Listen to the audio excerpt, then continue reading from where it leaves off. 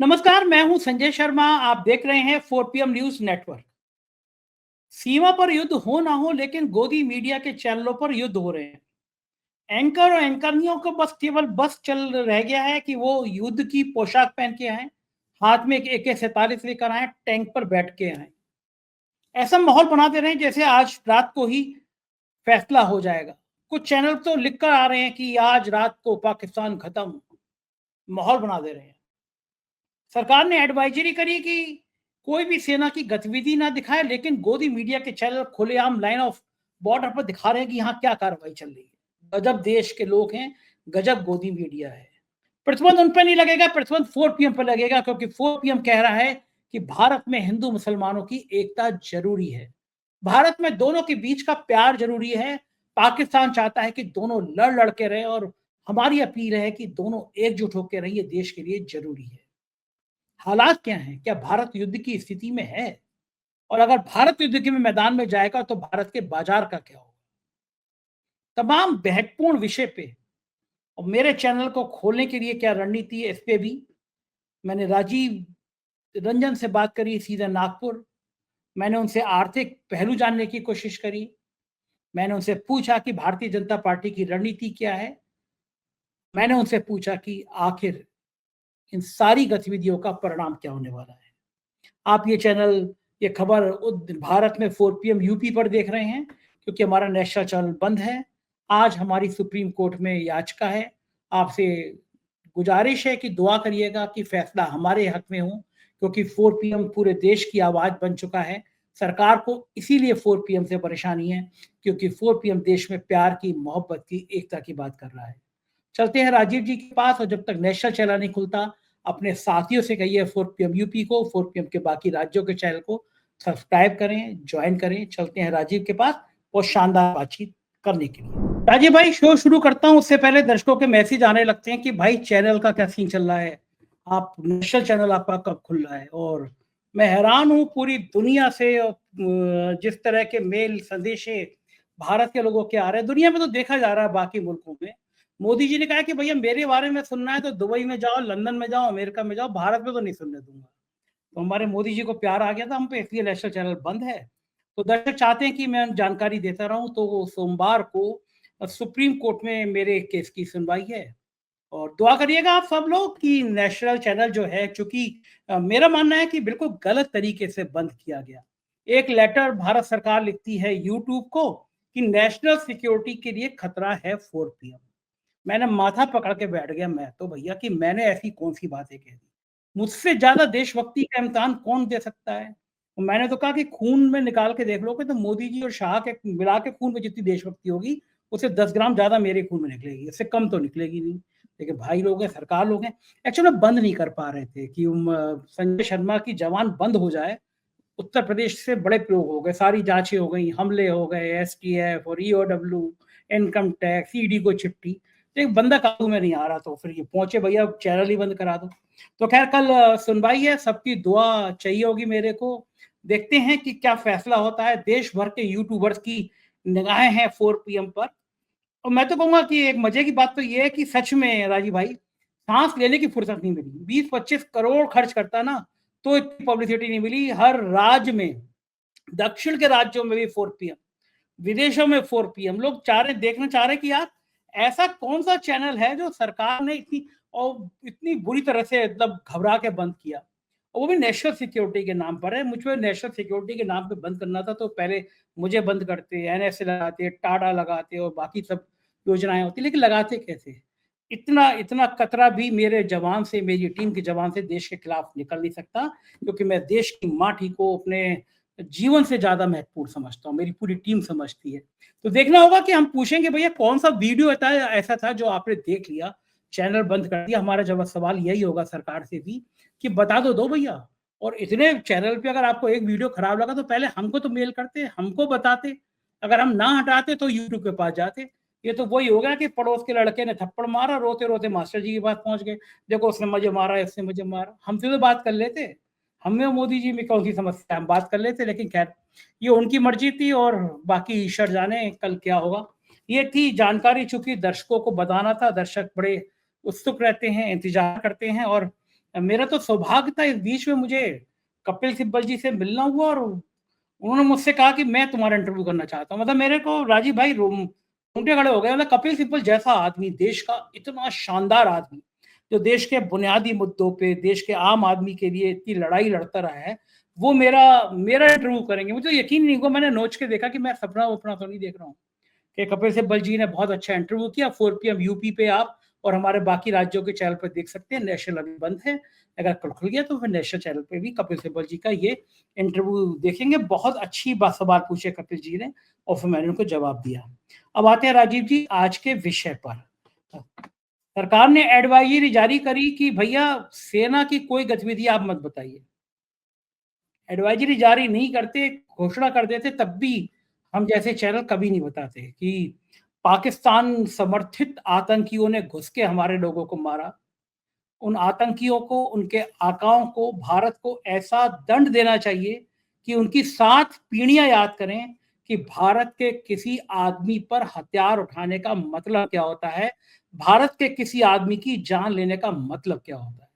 पाकिस्तान का हाथ है तो पाकिस्तान भी 7 पुश्तों तक याद रखे कि भारत से टकराने का नतीजा क्या होता है। लेकिन मैं देख रहा हूं कि हम तो कुछ भी सेना के मूवमेंट नहीं बता रहे। देखिए गोदी मीडिया के चैनलों पे फुटेज चल रही है, जवान भागते जा रहे हैं और कैमरामैन, एंकर और एंकरनियां नोएडा के खड़े हुए हैं वहां पे कि ये देखिए जवान मोर्चा में। और राजीव भाई मुझे तो बड़ी हैरानी हुई, प्रधानमंत्री जी ने मीटिंग बुलाई, हाई प्रोफाइल मीटिंग बुलाई, सेना के प्रमुख शामिल थे, रक्षा मंत्री शामिल थे, उसका वीडियो बना, वायुसेना अध्यक्ष कुछ लिख रहे थे और भक्तों ने कहा देखो कितना तनाव है।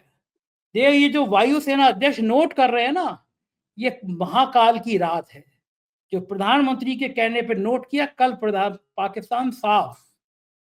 हमने कहा बहुत अच्छी बात है, पाकिस्तान को सबक मिलेगा। लेकिन हमें समझ में ये नहीं आया कि उसमें लिखा गया, सूत्रों ने कहा कि प्रधानमंत्री ने सेना को सारी ताकत दे दी, कहा फैसला आप करो, दिन आपका, हमला आपका। राजीव भाई मुझे अगर पड़ोसी के घर से लड़ना होगा तो मैं पड़ोसी को फोन करके कहूंगा कि मैं लड़ने आ रहा हूँ, तो ये 4 राजीव भाई और मेरे सलीमान भाई मेरे साथ आ रहे हैं। ये तो बड़ी गुप्त रखी जाती है। प्रधानमंत्री ने मीटिंग करी, ये बात बाहर आनी नहीं चाहिए। और इन मीडिया वालों को, गोदी मीडिया वालों को किसने बता दिया कि प्रधानमंत्री ने यह कहा है कि फौजों के लिए टाइम दे दिया क्या? ये एडवाइजरी कहां चली गई? जो सेना के लाइन ऑफ बॉर्डर पर जाके वो जो फुटेज दिखा रहे हैं, वो एडवाइजरी कहां चली गई? रोज शाम को मैं देख रहा हूं कि सेना के बड़े बड़े जहाज गोदी मीडिया के चैनलों पर दिखाई देते हैं कि चैनल जहाज उतर रहा है, टैंक से गोले चल रहे हैं। ऐसा लगता है युद्ध अभी वहां नहीं हुआ, यहाँ युद्ध हो जा रहा है। और इन युद्धों के चक्कर में भारत का शेयर बाजार और डूबा जा रहा है। अरे भैया जब डूबना है, जिस दिन युद्ध हो जाए उसी दिन डूब जाते हैं। इस शेयर बाजार की ऐसी तैसी वैसी भारत का व्यापार ठप पड़ा है और सारी ऐसी तैसी युद्धों के चक्कर में कर दी। मेरा हो गया भाषण लंबा। राजीव जी बात आपसे करनी थी और मैं भाषण देने बैठ गया। अब आप बताओ कि इन मुद्दों पे आपका क्या कहना है? संजय जी देखिए, पहली बात तो मैं आपको ये बताना चाहता हूँ कि बहुत सारे दर्शकों ने मुझे भी फोन किया है और सबका यही फोन करके मैसेज आ रहा है कि हम आपके साथ खड़े हैं। आप इसी तरीके से बुलंद आवाज में जो है वो सरकार से सवाल पूछते रहिए। मुझे ये जान के बहुत अच्छा लगा कि इतने सारे असंख्य लोगों के मैसेज फेसबुक पे हो चाहे पर्सनल मैसेजेस हो। संजय जी, हमारे पीछे भारत की जनता खड़ी है और जल्दी 4 PM नेशनल वापस आएगा। मुझे जनता का जो समर्थन मिल रहा है और जिस तरीके से लोग बातें बोल रहे, पर्सनली कॉल करके मैसेज करके, ये बहुत ही ज्यादा भावुक करने वाली बात है। अब आते हैं आपके सवाल पे।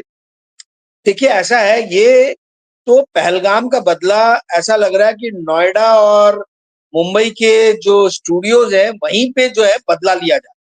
ये वॉर रूम सिमुलेशन स्टूडियोज में हो रहे हैं, है ना, वॉर दिखाने का कि जैसे आपने बोला टैंक आ रहे हैं, तोप आ रही है। मतलब ये आप एक चीज समझिए संजय जी, ये तो एक्ट ऑफ वॉर स्टूडियोज कर रहे हैं। भारत सरकार ने अभी तक एक्ट ऑफ वॉर या वॉर घोषित नहीं किया है पाकिस्तान के खिलाफ। तो ये तो उसके पहले ही स्टूडियो जो है ये वॉर कराने पे तुले। ये तो अपने आप में जो है एक बहुत ही बड़ा, मतलब कहा जाए, देश के खिलाफ एक गतिविधि है। 4 PM को दंडित नहीं किया जाना चाहिए बिना कोई कारण के। दंड के जो असली भागीदार हैं वो ये चैनल है, जो ये नहीं समझ रहे कि भाई आप जिस देश के बारे में बता रहे हैं वो भी न्यूक्लियर वेपन रखता है। यदि वॉर करना इतना आसान होता तो ये वॉर तो बहुत पहले हो गया रहता। अभी 2 हफ्ते हो गए इस चीज को हुए। क्यों नहीं किया जा रहा? क्या पॉलिसी मेकर सोच रहे हैं, क्या गवर्नमेंट सोच रही है? इनको ये चीज सोचने की जरूरत है कि किन कारणों से जो है हमको मतलब ये वॉर करने में परेशानी आ रही। देखिए संजय जी, पुलवामा से लेके पहलगाम तक भारत ने एक बहुत लंबी यात्रा तय की है, 5 साल 6 साल। मुझे याद है जब पुलवामा हुआ था तो एक के बाद एक सारे देशों के जो है राजनीतिक समर्थन जो है भारत सरकार को मिले थे। यहां तक कि सऊदी अरबिया ने भी जो है वो स्पष्ट शब्दों में पाकिस्तान को कह दिया था कि ये टेररिस्ट एक्टिविटीज बंद करो। परंतु अभी मुझे बताइए, अभी कितने राष्ट्र सामने आए? क्यों नहीं आए? कारण यह है कि भाई अभी हम इन्वेस्टिगेशन कर रहे हैं। जब तक इन्वेस्टिगेशन करके सबूत हम इंटरनेशनल कम्युनिटी के सामने नहीं रखेंगे तब तक जो है हमको एक इंटरनेशनल समर्थन नहीं मिलेगा। परंतु उसके पहले यदि स्टूडियो रोज वॉर कराने लग जाएं, ये सोचे बिना कि भाई पाकिस्तान में भी 25 करोड़ लोग रहते हैं, यहां अगर 140 करोड़ रहते हैं, ये मानवता के खिलाफ जो है आप जा रहे हो। 5, 10, 15, 20, 2000, 5000 टेररिस्ट लोगों ने ये एक्टिविटी की है तो पाकिस्तान में ढूंढ ढूंढ के उनको मारो। पर आप 25 करोड़ आबादी वाले देश को बोलोगे कि न्यूक्लियर बॉम्ब डाल देंगे, एनिहिलेट कर देंगे। यानी आपके मन में मानव एक इंसान के जीवन की जो वैल्यू होती है वो है ही नहीं कुछ। चाहे हिंदुस्तान हो चाहे पाकिस्तान हो संजय जी, मेरे आपके जैसे ही लोग रह रहे हैं। ये कुछ ही दुष्ट तत्व हैं दोनों तरफ जो आपस में एक दूसरे को लड़ाना चाहते हैं, आपस में एक दूसरे को लड़ाना चाहते हैं। और सबसे इंपॉर्टेंट चीज आप इस बात को समझिए कि मतलब इस आपको याद होगा कि अमेरिका ने जब सद्दाम हुसैन के खिलाफ जब उनको हमला करना था, इराक इराक को खत्म करना था और सद्दाम हुसैन की सरकार को निस्त नाबूद करना था, तो वहां पे भी राष्ट्रपति ने अपनी कांग्रेस को, यानी हाउस ऑफ रिप्रेजेंटेटिव और सीनेट रहता है, ये मिला के कांग्रेस बनती है। तो कांग्रेस के सामने उन्होंने भले गलत सबूत थे, झूठे सबूत थे, पर उन्होंने सबूत रख के सदन से इजाजत मांगी, कांग्रेस से इजाजत मांगी और उसके बाद उन्होंने वॉर किया। यहाँ तो सबूत की अपेक्षा ना केवल इंटरनेशनल कम्युनिटी कर रही है बल्कि हम सभी कर रहे हैं। क्योंकि देखिए ये वॉर जो है बहुत बड़ी चीज होती है, इसके पीछे अकाउंटेबिलिटी, जवाबदेही होती है। आप बिना कुछ दिखाए हुए से वॉर वॉर वॉर वॉर चलाने लगोगे, इसका अर्थ है कि आप पॉलिटिकल माइलेज लेने की कोशिश कर रहे हो वॉर के नाम पे। वॉर वॉर तो कुछ होने नहीं वाली है, आप पॉलिटिकल माइलेज ले रहे हो। 40 सैनिक हमारे शहीद हो गए थे, 40 सैनिक पुलवामा में। उसके बाद क्या वॉर हुआ? छोटा सा एक सर्जिकल स्ट्राइक हुआ बालाकोट में और बात वहीं खत्म होगी। इस बार जो है, इस बार भी सर्जिकल स्ट्राइक होगा जहां पे टेररिस्ट के कैंप है, उनको उनके ऊपर अटैक किया जाएगा और उसको खत्म किया जाएगा।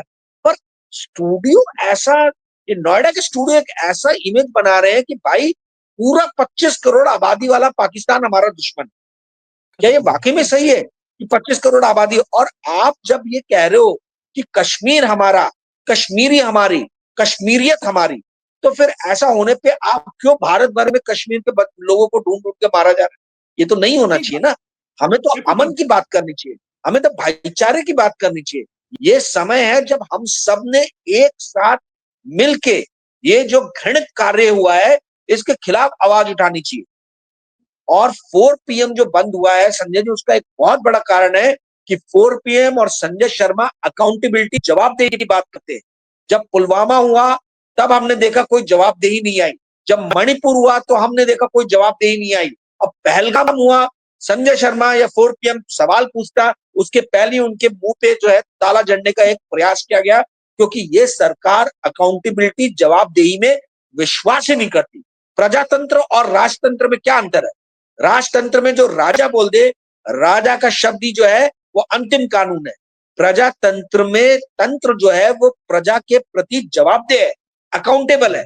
पर हमें ये अकाउंटेबिलिटी कहीं भी नजर आई पिछले 11 साल से? कहीं पे भी डिमोनेटाइजेशन हो गया, कोई अकाउंटेबिलिटी नहीं। एग्जाम के पेपर लीक हो रहे हैं, किसी के ऊपर में जवाबदेही नहीं, किसी का रेजिग्नेशन नहीं हो रहा। पुलवामा हो गया, किसी का रेजिग्नेशन नहीं हुआ, किसी का अकाउंटेबिलिटी नहीं हुई। आप मणिपुर हो गया, इतना बड़ा अभी भी चल रहा है, किसी की अकाउंटेबिलिटी नहीं, किसी की जवाबदेही। और अब पहलगाम हो गया, किसी की अकाउंटेबिलिटी नहीं, किसी की जवाबदेही। तो क्या हम किस तरीके के एग्जाम्पल सेट कर रहे हैं? क्या ये सरकार जवाबदेह नहीं है आपके मेरे प्रति, इस देश की प्रजा के प्रति? क्या ये सरकार इस संसद के प्रति, विपक्ष के प्रति जवाबदेह नहीं है? ये क्यों नहीं है? क्यों अपनी जवाबदेही से दूर भाग रही है? 300 किलोमीटर दूर चाइना के अंदर घुस के क्या कोई 26 चाइनीज को मार सकता है? नहीं मार सकता है।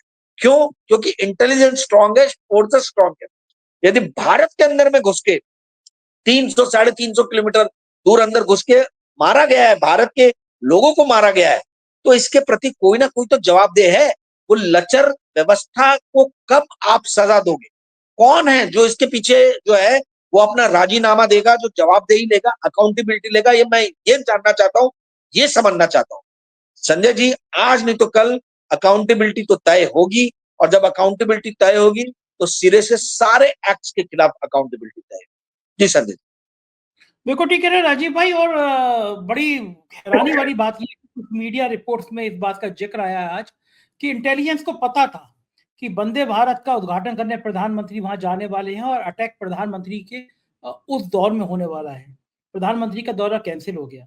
लेकिन बड़ी गंभीर बात है कि जब ये इंटेलिजेंस की रिपोर्ट थी कि प्रधानमंत्री के वंदे भारत के ट्रेन के उद्घाटन के समय हमला होने वाला है, तो पूरी कश्मीर घाटी में अलर्ट किया जाता। क्योंकि जाहिर है कि अगर आतंकियों को लगता कि प्रधानमंत्री नहीं आ रहे हैं तो वो चिढ़ते, नाराज होते, कहीं और बड़ा हमला करते। सुरक्षा व्यवस्था और पुख्ता होनी चाहिए थी। और जब पता चल गया है कि प्रधानमंत्री के ऊपर हमला करने वाला था, तो और राष्ट्र की जिम्मेदारी है 4 गुना ताकत से उन आतंकियों के जड़ों में जाके ऐसा मट्ठा डालें कि ये भारत के 140 करोड़ आबादी वाले प्रधानमंत्री की तरफ आंख उठाने का मतलब क्या होता है। भारत के प्रधानमंत्री की हैसियत क्या है, ये उन आतंकियों को बताने का समय आ गया है। क्योंकि देश का प्रधानमंत्री, भारत का प्रधानमंत्री मायने रखता है, उसकी तरफ आंख कोई उठाएगा तो वो बर्दाश्त नहीं की जा सकती। लेकिन सवाल फिर ये है कि अगर प्रधानमंत्री को रोक दिया गया तो जिस घाटी में पर्यटक घूम रहे थे वहां सुरक्षा हटा दी गई थी, वहां सीआरपीएफ नहीं थी। वहां एक एक कोने पे, एक एक पॉइंट पे, क्योंकि जम्मू कश्मीर पूर्ण राज्य का दर्जा नहीं है, मनोज सिन्हा की जिम्मेदारी थी। मनोज सिन्हा का मन लग रहा है आजकल की योगी आदित्यनाथ हट जाएं और हम यूपी के सीएम बन जाएं। उनका उनका दिल दिमाग आत्मा सब यूपी वट का रहता है भाई का। तो या तो वो अपने गाजीपुर बलिया वाले भाई लोगों को गेस्ट हाउस में रखवाओ, उनको ठेके दिलवाओ। क्योंकि मेरे को पता चला है कि जम्मू कश्मीर में गवर्नर साहब ने जितना, उपराज्यपाल महोदय ने जितना भ्रष्टाचार किया उसने इतिहास बना दिया है। नए नए कारनामे सामने आए हैं। तो जवाबदेही तो उनकी भी तय होनी चाहिए। भाई आपके पास सुरक्षा की जिम्मेदारी थी, आपका मन यूपी में लग रहा है, यूपी के गवर्नर से मिल लो, यूपी के डिप्टी सीएम से मिल लो। ये एक बड़ी बात है कि हमारी कहीं चूक ढीली हुई। और 4PM की गलती क्या थी? 4PM की गलती ये थी कि हमने ये लगातार पहले दिन से कहा कि पाकिस्तान और आईएसआई चाहता है कि भारत में हिंदू मुसलमान का फसाद खड़ा हो। हमने लगातार कहा कि एक एक आदमी की ये ड्यूटी है, एक एक आदमी का ये कर्तव्य है, देश हित के लिए ये कर्तव्य है कि ये वो दौर है कि जब आप हिंदू मुसलमान सिख ईसाई एक हैं, इस देश में एक गुलदस्ते की तरह रहते हैं। ये मैसेज पूरी दुनिया को भेजो। हम भारतीय जनता पार्टी के छत्तीसगढ़ इकाई की तरह जहरीले नहीं हो सकते जो ये कह रहा है कि धर्म पूछ के मारा गया, जाति पूछ के नहीं। ये जो जहर प्रोफेसर निशिकांत दुबे वाले जहर कि मैं कलमा पढ़ना सीख जाऊं, ये मौका था भारतीय जनता पार्टी के नेताओं को, ये आग लगाने वाला मौका था। अब बताइए देशद्रोही कौन थे? ये जो आग लगा रहे हैं कि मैं कलमा पढ़ना सीख जाऊं तो मैं बचूंगा, या ये जो भाजपा की छत्तीसगढ़ की इकाई कह रही है धर्म पूछ के मारा गया, जाति, ये देशद्रोही है? या हम देशद्रोही जो ये कह रहे हैं कि ये मौका है कि भारत का एक एक व्यक्ति संगठित हो जाए, हिंदू हो या मुसलमान, देश के लिए एक हो जाए। और कितनी अच्छी बात है राजीव भाई, इस अपील का, मेरे जैसे हजारों लोगों की इस अपील का असर हुआ। पहलगांव में श्रीनगर के मुसलमानों ने कितना जुलूस निकाला। पहली बार आतंकवाद के खिलाफ पूरा कश्मीर उठ खड़ा हुआ कि हमें यह आतंक नहीं चाहिए, हमें कश्मीर में सुकून चाहिए। पूरे देश में जुमे के दिन मुसलमानों ने काली पट्टी, आतंकवाद के खिलाफ काली पट्टी पहनी और कहा कि हमें देश में, मुल्क में, भारत हमारा मुल्क है, हमें आतंकवाद नहीं चाहिए। ये खूबसूरत तस्वीर थी। हम इसको दुनिया के सामने पेश कर सकते थे कि आतंकियों, तुमने धर्म पूछ के इसलिए मारा कि भारत में फसाद पैदा हो, लेकिन ये हमारा खूबसूरत हिंदुस्तान है जो फसाद पैदा नहीं करता बल्कि डंके की चोट पे कहता है कि हिंदू मुसलमान एक हैं, एक जगह के हैं, और हमारे यहाँ सूरज की रोशनी जितना हिंदू के घर में जाती है तो मुसलमान के घर में भी जाती है। इससे खूबसूरत संदेश क्या हो सकता था, बजाय इसके कि सत्ता जो है वो जहर उगल रही है। क्यों उगल रही थी सत्ता जहर, क्या खेल खेलना चाहती थी सत्ता? राजीव जी, आपको क्या लगता है? देखिए, मैं आपको ना कुछ इनके बेसिक काम करने के मोदी सरकार की चीजों पे ध्यान दिलाना चाहूंगा। आप 2014 से देखिए, ये सरकार जो है, ये स्कीज़म यानी हिंदी में बोलेंगे मतभेद, मतभेद करके जो है समाज के अंदर में मतभेद पैदा करके शासन करने में या अपने तंत्र को मजबूत करने में विश्वास करते। 2016 में इन्होंने डिमोनेटाइजेशन किया और इन्होंने ये बोला कि अमीरों के प्रति जो है ये एक तरीके का सर्जिकल स्ट्राइक था, अमीर लोगों के प्रति। तो ये अमीर और गरीब, इसके पीछे में एक मतभेद खड़ा किया बिना कोई लॉजिक, बिना कोई रीजनिंग के। और उसका असर ये हुआ कि अच्छी खासी चलती हुई जो अखिलेश यादव की सरकार थी, जिन्होंने बहुत ज्यादा विकास के काम किए थे, वो सरकार हारी और योगी आदित्यनाथ की जहरीली सरकार आई, जो पूरी के पूरी तरीके से मनभेद, मतलब हिंदू और मुसलमानों के बीच में खड़ा करने में बुलडोजर सरकार का पदार्पण जो है, इसके बीच डिमोनेटाइजेशन ने मतभेद खड़ा कर। फिर उसके बाद में आप आइए देखिए, ये हिंदू और मुसलमान के बीच में मतभेद खड़ा करने के इन्होंने अनेकों प्रयास किए। हाल फिलहाल में नागपुर उसका एक एग्जाम्पल है। नागपुर के मुसलमानों ने रिस्ट्रेन रखा तो ये दंगे में नहीं कन्वर्ट हुआ। परंतु सवाल ये उठता है कि भारत के अलग अलग प्रदेशों में हम अभी भी देख रहे हैं कि ये मतभेद खड़ा कर रहे हैं हिंदू मुसलमान के नाम पे। वो भी जब नहीं चल रहा है तो इन्होंने एक स्टेट के, कश्मीर के लोगों को अब टारगेट करना चालू किया है, ऑल इंडिया वर्सेस कश्मीर के स्टेट, और उसके बीच में मतभेद खड़ा करने का प्रयास कर रहे हैं। इसके पहले इन्होंने जो है वो डिलिमिटेशन के नाम पे नॉर्थ और साउथ के स्टेट्स के बीच में मतभेद खड़ा करना कोशिश किया। जीएसटी के रेवेन्यू के बंटवारे पे इन्होंने मतभेद खड़ा करना शुरू किया। तो ये सरकार जो है, इसकी बुनियादी है कि मतभेदों पे खड़ी हुई है। ये दो लोगों के बीच में मतभेद कराएगी, दो समूहों में मतभेद कराएगी, दो राज्यों के बीच में मतभेद कराएगी, और उससे अपनी शक्ति जो है ये लेती है, दो को लड़वा के अपनी शक्ति। जैसे रामायण में बाली नहीं था कि बाली से लड़ने के लिए कोई भी आया तो उसकी सामने वाले की पूरी शक्ति बाली में आ जाती थी। वैसा ही कुछ नरेंद्र मोदी का चरित्र है कि इनको जो है कुछ लोगों को लड़ा के उन सभी की शक्ति ये ग्राइंड कर लेते। तो ये जो है ये मॉडर्न बाली का जमाना है। ये जो आप खेल पूछ रहे हो, खेल यही है कि कैसे भी मतभेद खड़ा करो और मतभेद खड़ा करके अपने इमेज को स्ट्रांग बनाओ, अपने आप को जो है मतलब अपने इमेज में उर्वरक डालो, उसको उर्वरा करो, उसको और ज्यादा स्ट्रांग करो। यही इनका शुरू से लेके अंत तक जो है मैं देख रहा हूं तंत्र का जो है एक काम करने का तरीका नजर आ रहा है। इन्होंने बड़े कॉर्पोरेट्स और छोटे कॉर्पोरेट्स के बीच में जीएसटी के माध्यम से मतभेद खड़ा किया।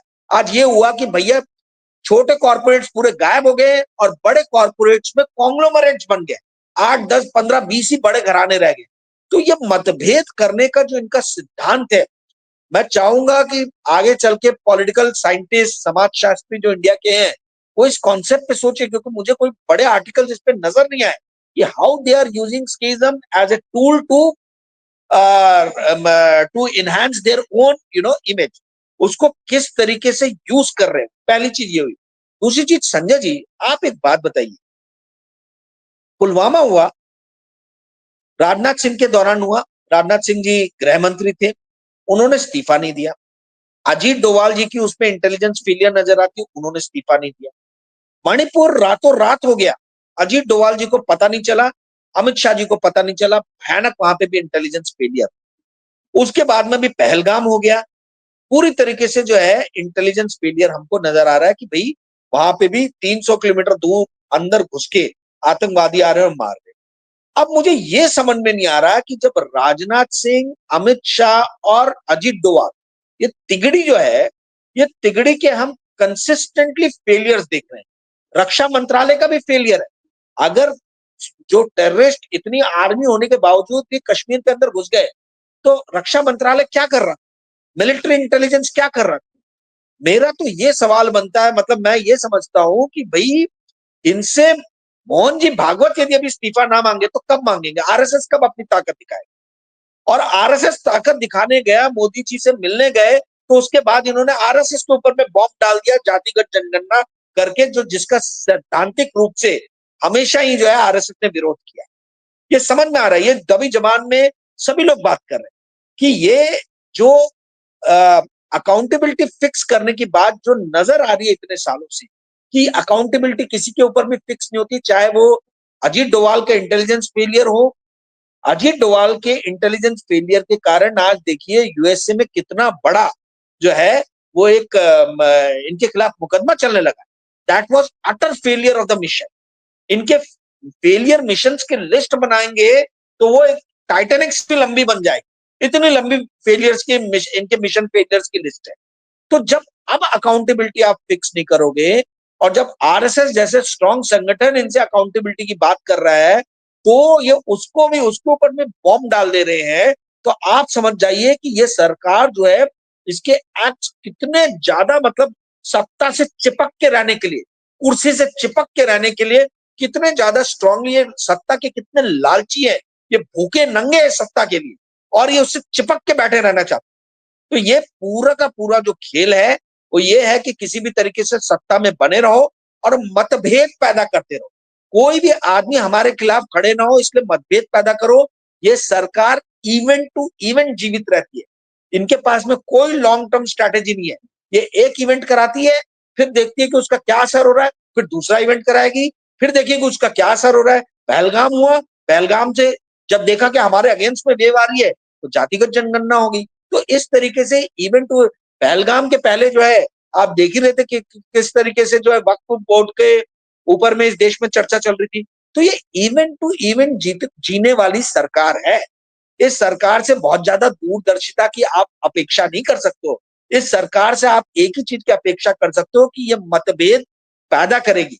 ये सरकार कभी भी अकाउंटेबल नहीं रहेगी और किसी के भी प्रति जवाबदेह नहीं रहेगी। इनके अंदर से प्रजा का डर खत्म हो गया, और प्रजा का डर कब खत्म होता है, जब उनको समझ में आ जाए कि प्रजा के पास में कोई ताकत ही नहीं है। प्रजा के पास क्या ताकत है? अपने वोट डालने की ताकत है। तो यदि आपने अपने वोट डालने की इनकी ताकत पे ही कैप्चर कर लिया, कब्जा कर लिया, तो फिर आप काहे का, कौन सी प्रजा को आपको देखना है? किसी प्रजा की आपको चिंता नहीं है। तो यही हो रहा है देश में। जी संजय। बिल्कुल ठीक है। एक आखिरी सवाल, जब युद्ध हो रहा होता है तो भारत का बाजार डगमगाता है, किसी भी मुल्क का बाजार डगमगा जाता है, लेकिन अभी युद्ध हो नहीं रहा है। युद्ध की तैयारी हो सकती हैं, युद्ध की व्यवस्थाएं हो सकती हैं, लेकिन ये जो गोदी मीडिया के चैनल दिन भर युद्ध युद्ध के फोटो दिखाते रहते हैं, मुझे लगता है कि भारत का शेयर बाजार इससे डरता है, प्रभावित होता है। क्या वजह है, यही वजह है कि मार्केट नीचे हो रहा है? और अगर इसी तरह ये गोदी मीडिया करती रही तो क्या शेयर बाजार पर इसका बहुत गंभीर असर पड़ सकता है? देखिए, शेयर बाजार पे तो जरूर असर पड़ेगा, क्योंकि युद्ध की सबसे पहली जो कैजुअलिटी होती है वो होती है करेंसी। ठीक है, हमारी करेंसी तो बिना युद्ध के ही जो है एकदम मतलब क्या बोला जाए, उसके अंदर संजीवनी बूटी फूकने की जरूरत है। वो बहुत ही बुरी स्थिति में देश की करेंसी है। तो युद्ध होगा, आप एक चीज समझिए संजय जी, 88% 87% ऑयल जो है हम इंपोर्ट कर, ठीक है, और बिना ऑयल के कोई भी देश की इकोनॉमी चल नहीं सकती। कोई भी देश की, भारत ही नहीं, कोई भी देश की, पूरे दुनिया की इकोनॉमी ऑयल के ऊपर में जो है वो डिपेंडेंट है। तो जब 87% हम ऑयल इंपोर्ट करते हैं, और उसमें से भी 50% से ज्यादा ऑयल जो है हम ये खाड़ी मुल्क के देशों से लेते हैं, जो पाकिस्तान को डायरेक्टली या इनडायरेक्टली सपोर्ट करते हैं। तो यदि भारत और पाकिस्तान का वॉर हुआ, तो आपको लगता है कि देश को जो है वाजिब दामों पे ऑयल मिलेगा? हो सकता है ऑयल पे एम्बार्गो लग जाए, हो सकता है खाड़ी देश ऑयल ही ना दे। जैसे 1973 के वॉर के बाद में, मैं थोड़े से इतिहास में ले जाना चाहूंगा ताकि लोगों को समझ में आए। जब 1973 में अरब इजराइल वॉर हुआ था, युम किपुर वॉर, जहां तक मुझे याद आ रहा है 1973 में, हाँ, एक साल में ही ऑयल के प्राइसेस 4 गुना बढ़ गए। 4 गुना इसलिए बढ़े थे क्योंकि जितनी भी गल्फ कंट्रीज थी, उन्होंने बोला था कि हम अमेरिका को ऑयल सप्लाई नहीं करेंगे। ऑयल सप्लाई हम नहीं करेंगे अमेरिका को, क्योंकि अमेरिका ने इजराइल का पक्ष किया। तो आप सोचिए, 4 गुना, यानी आज अगर 100 रुपए लीटर आप पेट्रोल भरा रहे, कल 400 रुपए लीटर यदि भारत को मिले, या शायद वो भी ना मिले, तो क्या इस देश के लोग जो आज इतने जोश के साथ बोल रहे हैं कि युद्ध करना चाहिए, युद्ध करना चाहिए। क्या युद्ध करने के लिए तैयार रहेंगे? देश की पूरी अर्थव्यवस्था जो है वो डगमगा जाएगी। लोग युद्ध तो चाहते हैं पर वॉर इकोनॉमी इनको समझ में नहीं आता। जब वॉर होगा, वॉर की स्थिति पैदा होगी तो दोनों तरफ से जो है मुल्कों के अपने संगठन बनेंगे, सहयोग देखेंगे। और यदि गल्फ नेशंस ने, चाइना ने मिलके यदि भारत के समुद्री, पहले तो ऑयल नहीं सप्लाई किया और चारों तरफ से यदि समुद्र से आने वाले जो रास्ते हैं उस पे अपने युद्धपोत लगा दिए तो हमारी बहुत एनर्जी खर्च होगी इन सब चीजों में। तो वॉर कोई इतना आसान चीज नहीं है। अगर पाकिस्तान न्यूक्लियर वॉर स्टेट भी नहीं रहता, न्यूक्लियर स्टेट भी नहीं रहता, तो भी वॉर करना इतना इजी नहीं रहता। एक अमेरिका को अफगानिस्तान के खिलाफ, वर्ल्ड की सुपर पावर, अफगानिस्तान और इराक को खत्म करते करते अमेरिका अंदर से खोखला हो गया। अमेरिका जो सुपर पावर है, जिसकी इकोनॉमी 28 ट्रिलियन डॉलर की है, हमारी 4-4.5 ट्रिलियन डॉलर की, हमसे 6 से 7 गुना बड़ा राष्ट्र है। तो वॉर करना इतना आसान नहीं है आज की स्थिति में, जब पूरे वर्ल्ड की इकोनॉमी जो है कनेक्टेड है, ग्लोबलाइज्ड है। जहां तक स्टॉक मार्केट की बात है, स्टॉक मार्केट तो बहुत छोटा सा पार्ट है पूरी इकोनॉमी का। ठीक है, तो वॉर होगी तो जाहिर सी बात है कि पूरी की पूरी स्टॉक मार्केट पे और इकोनॉमी पे उसका इम्पैक्ट आएगा। लोग कारगिल वॉर की बात करते कि कारगिल वॉर के टाइम में जो है स्टॉक मार्केट जो है 40%, 45% बढ़ गया था। अरे भैया, कारगिल वॉर कब हुआ था? कारगिल वॉर उस टाइम हुआ था जब .com जो है वो 98-99 में पूरे वर्ल्ड के स्टॉक मार्केट में आग लगी थी। वो पूरा वर्ल्ड का स्टॉक मार्केट भग रहा था। वो 100% भगे तो हम 40% भगे। तो ये कोई इस कारण से नहीं इंडिया का मार्केट भगा था कि वॉर हो गया था। तो वॉर कोई स्टॉक मार्केट को भगाने का माध्यम नहीं है। मैंने इस पे एक एपिसोड बनाया मेरे चैनल पे, करंट अनप्लग बाय राजीव। उसमें डिटेल में बताया कि सेक्टर बाय सेक्टर जो है किस तरीके से वॉर जो है इम्पैक्ट कर सकता है। तो मेरे ख्याल से स्टॉक मार्केट जो है, स्टॉक मार्केट पे इसका बहुत एडवर्स इम्पैक्ट पड़ेगा, इकोनॉमी पे बहुत एडवर्स इम्पैक्ट पड़ेगा, क्योंकि इंडिया मैसिव लेवल में ऑयल इंपोर्ट करता है। दूसरा, चाइना जो है वो खुल के पाकिस्तान का समर्थन कर रहा है। इंडिया $100 बिलियन से भी ज्यादा का उसका ट्रेड है, 115-125 बिलियन डॉलर के आसपास में ट्रेड है चाइना के साथ, यानी 8 से 10 लाख करोड़ के आसपास का। तो वॉर के बहुत ही ज्यादा दुष्परिणाम, नेगेटिव इफेक्ट इंडियन इकोनॉमी और इंडियन स्टॉक मार्केट दोनों पे पड़े। जी संदीप, बहुत बहुत शुक्रिया राजीव भाई, इतनी बातचीत करी, मजा आया। थैंक यू भाई। ये थे राजीव रंजन और मुझे यकीन है बातचीत पसंद आई होगी। मुश्किल का समय है, मुश्किल का दौर है देश के लिए, लेकिन भारत बहुत मजबूत है, हमेशा मजबूत रहेगा। आपको ये बातचीत कैसी लगी कमेंट करिएगा। शुक्रिया, थैंक यू।